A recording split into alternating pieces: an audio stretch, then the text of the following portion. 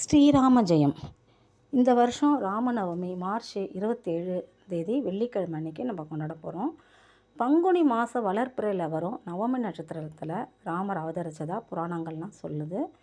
இந்த ராம நவமி திதியில் கொண்டாடுறது நமக்கு ராமநவமியை வழிபாடு செய்கிறது ரொம்ப விசேஷம். அதுவும் காலையில் செய்கிறத விட மத்தியானம் உச்சி வேளையில், அதாவது அபிஜித் முகூர்த்த வேளையில் இந்த ராமநவமி பூஜை செய்கிறது ரொம்ப விசேஷம். அதனால தான் அயோத்தியில் உள்ள ராமர் கோயிலில் கும்பாபிஷேகம் கூட இந்த அபிஜித் முகூர்த்த வேளையில் தான் நடத்தப்பட்டதாக சொல்கிறாங்க.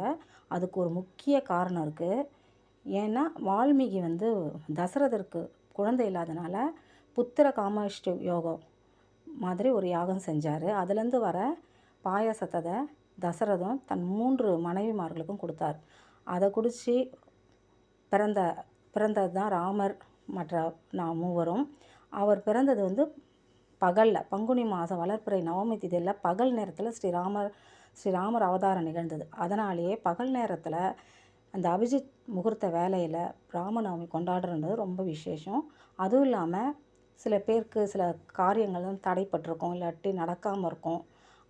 அந்த மாதிரி கோரிக்கை இருக்கிறவங்களாம் இந்த அபிஜித் நேரத்தில் ராமரோட வழிபாடு செஞ்சால் கண்டிப்பாக ராமர் அவங்களோட கோரிக்கையை செவிசாய்ச்சி நிறைவேற்றுவார்ன்றது ஒரு நம்பிக்கை. அதனால தான் வடநாட்டிலலாம் ராமநவமியை பகல் நேரத்தில் வழிபாடு செய்கிறாங்க. பகல் நேரத்தில் பங்குனி மாதன்றது ஒரு கோடை காலன்றதுனால மோர், இளநீர், பானகம், தயிர் சாதம் இந்த மாதிரி நெய்வேத்தியம் வச்சு நவமியை கொண்டாடுறாங்க. அதனால் நாமும் ராமநவமியை அபிஜித் நேரத்தில் உச்சி வேளையில் நம்ம பூஜை செஞ்சால் ரொம்ப விசேஷம். எல்லாருமே அபிஜித் நேரத்தில் ராமநவமியை கொண்டாடுங்க, பூஜை செய்யுங்க. ஸ்ரீராம ஜெயம், ஸ்ரீராம ஜெயம், ஸ்ரீராம ஜெயம்.